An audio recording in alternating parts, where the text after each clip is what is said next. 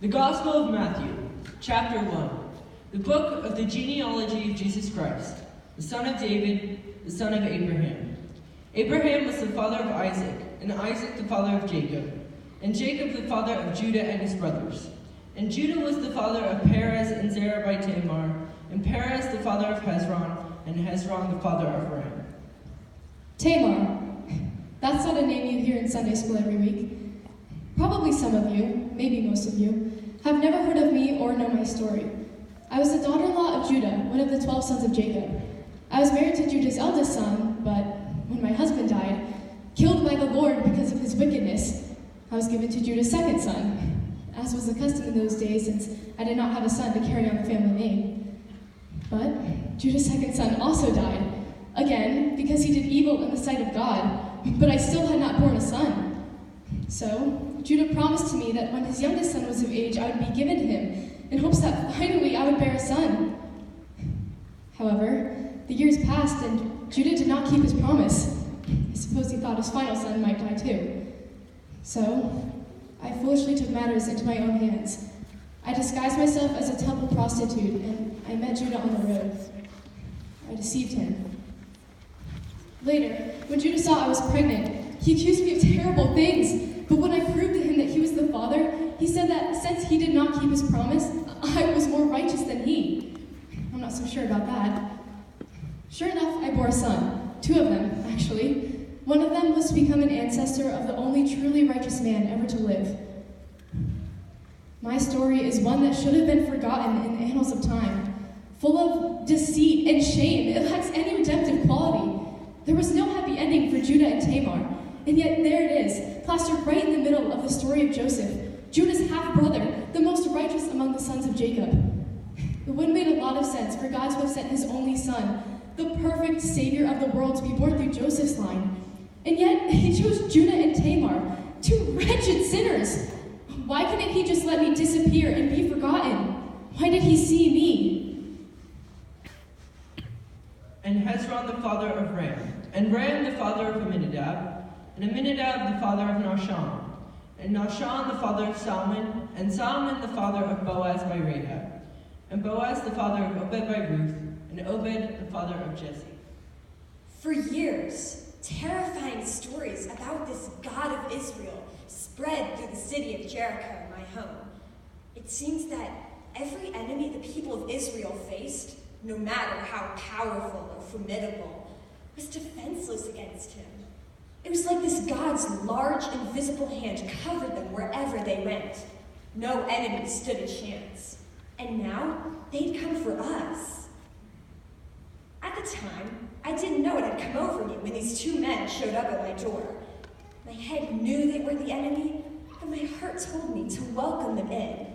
The king of Jericho had assumed the invaders would seek cover in a more inconspicuous part of town, and had directly ordered us not to give them shelter.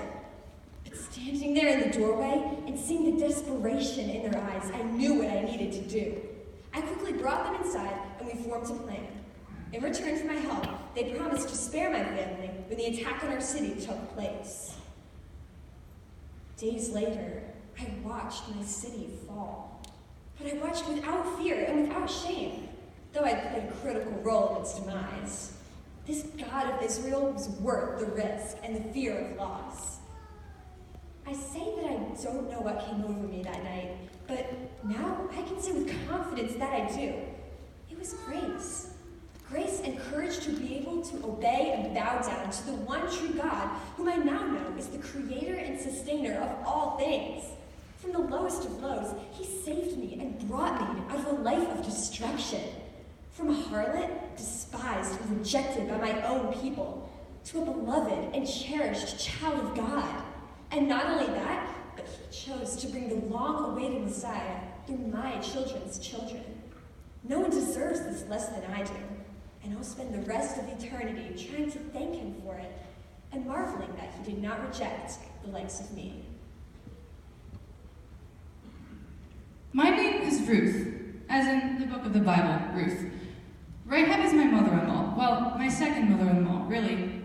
Many of you, I'm sure, remember Naomi, my first mother-in-law. Naomi was an Israelite, one of of God's chosen people, as was my first husband, Naomi's son, but I wasn't. I was a Moabite, a pagan. The only reason I even knew Naomi's family was because she, her husband, and her sons fled to Moab, my home country, when a famine struck the land of Bethlehem, their home. Naturally, though, after Naomi's husband and sons died, she decided to return to Bethlehem because the famine was over. Thinking it was what I truly wanted, she urged me to return to my people and my gods in Moab. But I refused and clung to her, saying, "Where you go, I'll go, and where you stay, I'll stay. Your people will be my people, and your God, my God." It was astounding to me that I could be accepted by a God whom I had never known and whom I had never served. He was a stranger to me, and yet he did not turn me aside, but welcomed me as one of his own. In Bethlehem, I met Boaz, who demonstrated God's redeeming love for me by becoming my kinsman, redeemer, and husband. Though I've seen signs of God's faithfulness and love for me over the years, still this question haunts me. Why was I, a pagan and a foreigner, allowed to be one of his own? What is this grace that he would accept me? And Jesse was the father of David the king. And David was the father of Solomon by the wife of Uriah. And Solomon the father of Rehoboam. And Rehoboam the father of Abijah. Though my name is not mentioned in this text, I'm sure you've heard it many times, though probably not in a favorable light. David and Bathsheba. I am remembered as the wantonly beautiful woman who brought the honorable King David into the greatest moral downfall of his life, as if I had a lot of say in the matter. Though I do suppose, if I am honest, that I'm not entirely innocent. My husband, Uriah, had been gone at the war front for so long, and I felt so alone. Naively, I was flattered by the king's interest and advances, and what began as a momentary fling became one of the greatest scandals in history. How was I to know that David would betray and murder my husband, one of his best and most trusted soldiers, just to cover his own sin? When our son of infidelity was born, the Lord took him away, and I grieved the loss terribly. But the Lord is a God of justice, and our sin had to be punished. Yet, the Lord is also a God of mercy, and when I bore another son, the Lord looked with favor upon us and loved our son. This son, Solomon, would grow up to become one of the greatest kings of Israel, and is of the line of the Christ, the promised Messiah.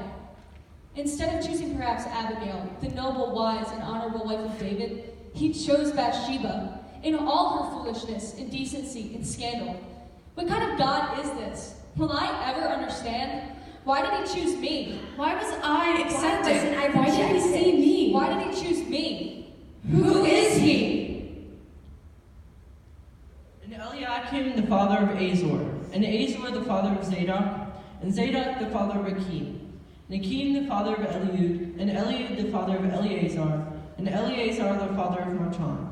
Matan the father of Jacob, the father of Joseph, the husband of Mary, of whom Jesus was born, who is called the Christ. My soul glorifies the Lord, and my spirit rejoices in God my Savior, for he has been mindful of the humble state of his servant.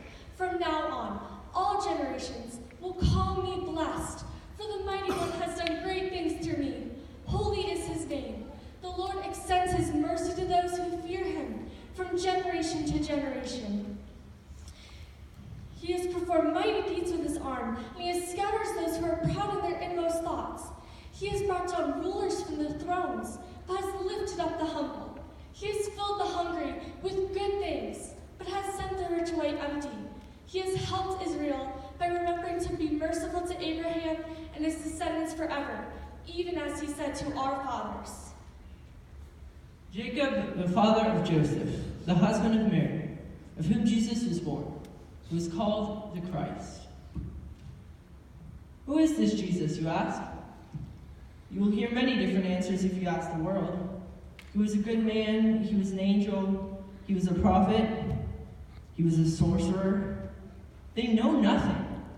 Jesus himself asked me this question: who do you say that I am? Yes, I am one of Jesus' 12 closest disciples, and the author of the book from which I was just reading. My name is Matthew. Now, before you assume a lot about me and about how holy I must have been to have walked with Jesus, let me remind you of the women who you just met, who are part of Jesus' genealogy, his own family line. I am no better than they. I was a tax collector, a sinner. See, tax collectors didn't just have a nice, cushy government job the way you might think of it today. A tax collector made his living by overcharging and impoverishing his neighbors, his countrymen, and his family. It is a shameful position, and I am the worst offender. So why was I chosen? Who is this Jesus, you ask? During this quizzing season, you just might find out.